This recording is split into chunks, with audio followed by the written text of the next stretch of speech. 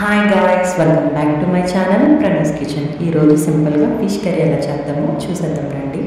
ముందు నీట్గా ఫిష్ ముక్కలు కట్ చేసి పెట్టుకొని నీట్గా కడిగి పక్కన పెట్టుకోండి. తర్వాత 2 ఆనియన్స్, 2 టమాటోస్, మిర్చి ఇవన్నీ నీట్గా వాష్ చేసుకొని కట్ చేసుకొని మిక్సీ జార్లో వేసి పేస్ట్ చేసుకోండి. తర్వాత ఉంటే బెండకాయలు కూడా ఒక 2 తీసుకొని ఒక పెద్ద నిమ్మకాయ సైజ్ అంతా చింతపండు పక్కన పెట్టుకోండి. నానబెట్టి వాటర్ వేసి నానబెట్టి పక్కన పెట్టుకోండి. తర్వాత కడాయి పెట్టి అందులో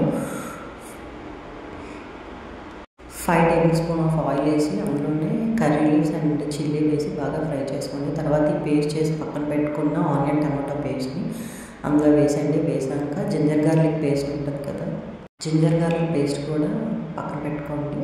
ఆ పచ్చివాసన పోయేంత వరకు వేపుకున్నాక కారం వేసి తర్వాత జింజర్ గార్లిక్ పేస్ట్ వేసి మొత్తం అంతా ఫ్రై చేసుకోండి. ఫ్రై చేసుకున్నాక లో ఫ్లేమ్లో బాగా మగ్గించండి. మగ్గించాక అందులోనే తర్వాత మూత పెట్టి కొంతసేపు ఉంచాక మళ్ళీ అందులో మిక్స్ చేసి బాగా వేసాక అందులో dhaniya powder, jeera powder and fish masala ఉంటే 3 వేసుకొని బాగా కలుపుకోండి. కలుపుకున్నాక కొంతసేపు మూత పెట్టి పక్కన ఉంచండి.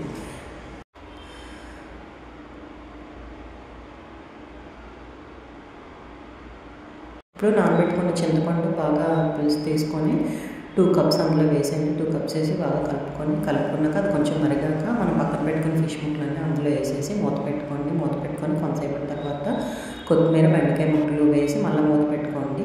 ఇంకా లాస్ట్లో ఒక 10 మినిట్స్ అలా వదిలేస్తే ఇలా థిక్గా అయిపోతుంది. Thanks for watching.